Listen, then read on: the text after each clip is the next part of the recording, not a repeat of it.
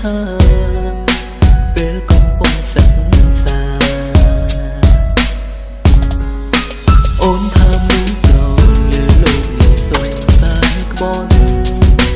អូនមិនជឿពីស្បន់របស់ក្នុងនៅឡើយ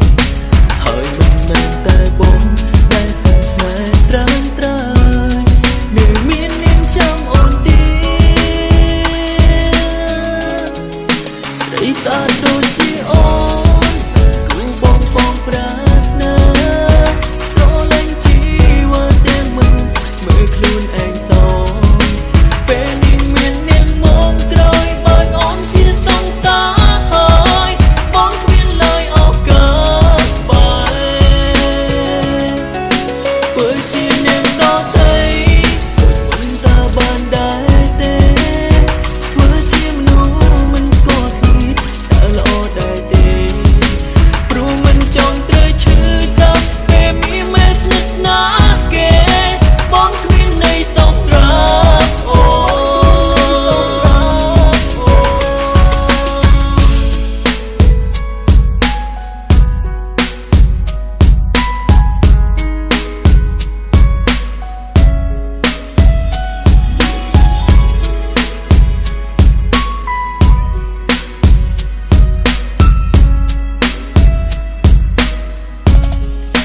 អូនថាមានប្រងលើលោកនេះសុនតែក្បត់